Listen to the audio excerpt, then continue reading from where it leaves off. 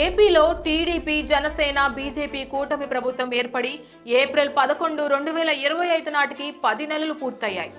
2024 జూన్లో అధికారంలోకి వచ్చిన ఈ కూటమి ప్రభుత్వం ఈ 10 నెలల కాలంలో ప్రభుత్వ పనితీరు, ప్రజల అంచనాలు, పథకాల అమలు, అమరావతి రాజధాని అభివృద్ధి, పెట్టుబడుల ఆకర్షణ, కూటమి పార్టీల మధ్య సమన్వయం ఎలా ఉన్నాయో ఒక సమగ్ర విశ్లేషణ చూద్దాం. పెట్టుబడుల ఆకర్షణలో కూటమి ప్రభుత్వం గణనీయమైన పురోగతి సాధించింది. దావోస్ 2025 వరల్డ్ ఎకనామిక్ ఫోరంలో ఆంధ్రప్రదేశ్ ను పెట్టుబడిదారులకు ఆకర్షణీయ గమ్యస్థానంగా ప్రచారం చేస్తారు. అమరావతిలో రతన్ టాటా ఇన్నోవేషన్ హబ్ ఏర్పాటుకు ఏకంగా 10 కోట్ల రూపాయలు కేటాయించారు.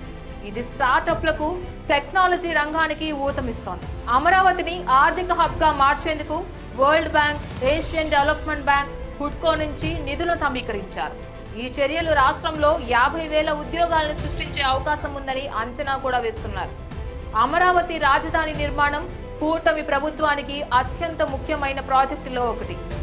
2019 నుంచి 2024 మధ్య వైఎస్ఆర్సీపీ ప్రభుత్వం 3 రాజధానుల విధానం కారణంగా అమరావతి ప్రాజెక్ట్ స్తంభించిపోయింది. అయితే 2024 జూన్లో అధికారంలోకి వచ్చిన కూటమి ప్రభుత్వం అమరావతిని ఏకైక రాజధానిగా పునరుద్ధరించింది. ప్రభుత్వం అనేక సంక్షేమ పథకాలను ప్రారంభించినప్పటికీ వాటి అమలులో మిశ్రమ ఫలితాలు కనిపిస్తున్నాయి.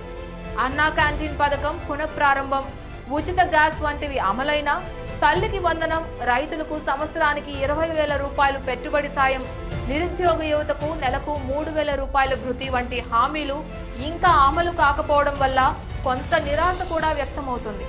ఉదాహరణకు, గ్రామీణ ప్రాంతాల్లో వాలంటీర్ వ్యవస్థ రద్దు కారణంగా సంక్షేమ పథకాల పంపిణీలో ఆటంకాలు కూడా ఎదురయ్యాయని కొందరు విమర్శిస్తున్నారు.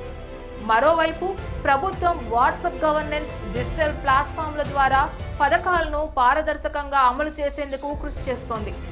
మొత్తంగా కూటమి ప్రభుత్వం గత 10 నెలల్లో రాష్ట్రాన్ని అభివృద్ధి బాటలో నడిపించేందుకు గట్టి ప్రయత్నాలే చేస్తోంది.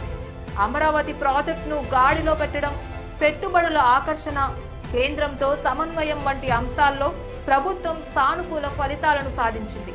అయితే సంక్షేమ పథకాల అమలులో జాప్యం, గ్రామీణ ప్రాంతాల్లో సమస్యలు, కొన్ని వర్గాల నిరాశ వంటి సవాళ్లు ఇంకా ఉన్నాయి. సీఎం చంద్రబాబు నాయుడు దీర్ఘకాలిక దృష్టి, కూటమి ఐక్యత రాష్ట్రానికి భవిష్యత్తులో మరిన్ని విజయాలను అందించగలవని ఆశాభావం కూడా వ్యక్తమవుతోంది. Please subscribe to the channel and download the Politicos app from the links in the description.